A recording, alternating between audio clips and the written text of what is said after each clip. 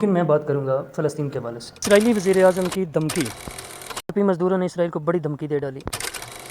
سمود flotilla دے نام تو start ہے، چیخ پکار، ہر وقت ڈر، خوف، خطرہ۔ السلام علیکم لیڈیز اینڈ جینٹلمین، کیسے ہیں آپ سب؟ امید کرتا ہوں سب خیریت سے ہوں گے۔ پاکستان میں سیلاب کی جو صورتحال ہے اس سے آپ سب لوگ واقف ہیں، لیکن میں بات کروں گا فلسطین کے حوالے سے، کیونکہ جو فلسطین کا مسئلہ ہے وہ پاکستان سے بھی بہت اہم اور بہت نازک ہے۔ اتھوں دے اے معصوم بچے جڑے کسے دور دے وچ کھیل دیان اج اس حالت وچ سامنے نظر آ رہے ہیں۔ چیخ پکار، ہر وقت ڈر، خوف، خطرہ، یہ انہاں واسطے ایک نارمل جہا کام بن گیا۔ لیکن ایک کشتی دا جڑا سلسلہ شروع ہوا ہے جس کا نام سمود فلوٹیلا دے نام تو سٹارٹ ہے۔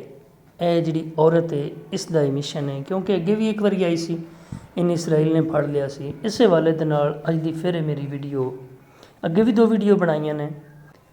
50 بحری جہاز نے تے 44 ملکاں رل مل کے انہاں دی کارکن، مختلف لوگ، بیبیاں، مرد رل مل کے تے فلسطین جا رہے ہیں، آواز اٹھا رہے ہیں انہاں واسطے کہ انہاں روٹی بھی دیتی جاوے اور انہاں تو جڑا قبضہ کیتا ہے اسرائیل نے وہ بھی ختم کیتا جائے۔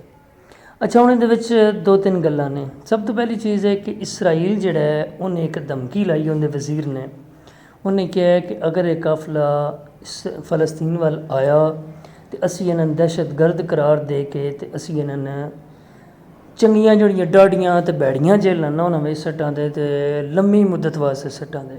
یورپی مزدوراں انہاں دا رپلائی دیتا ہوئے انہاں کہا کہ اگر تساں اس طرح دا کوئی بھی کام کیتا تے پھر اسی جننے بھی بحری جہاز نے، جنیاں بھی شپاں ہوندیاں نے وہ اسی روک دیاں گے، منقطع کر دیاں گے، انہاں تے کوئی عمل درآمد نہیں ہوئے گا۔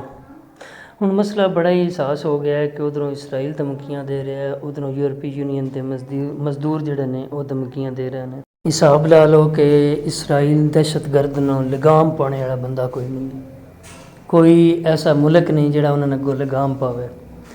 یہ اگر چل رہے ہیں اس مقصد واسطے تے الٹا انہاں نے بھی جڑا نہیں وہ دھمکیاں دتیاں جا رہی ہیں۔ اللہ پاک انہاں نے اپنے مقصد دے وچ کامیابی نصیب فرمائے، اسرائیل نو اللہ پاک نیست و نابود فرمائے۔ تے میری تے یہی التجا ہے اور دلی دعا ہے تے باقی جڑے جا رہے ہیں انہوں سلام عقیدت تے اجازت دو۔ اللہ حافظ، اللہ نگہبان۔ ویڈیو لائک، شیئر تے کومنٹس کر کے ضرور دسو اور چینل نو سبسکرائب ضرور کرو۔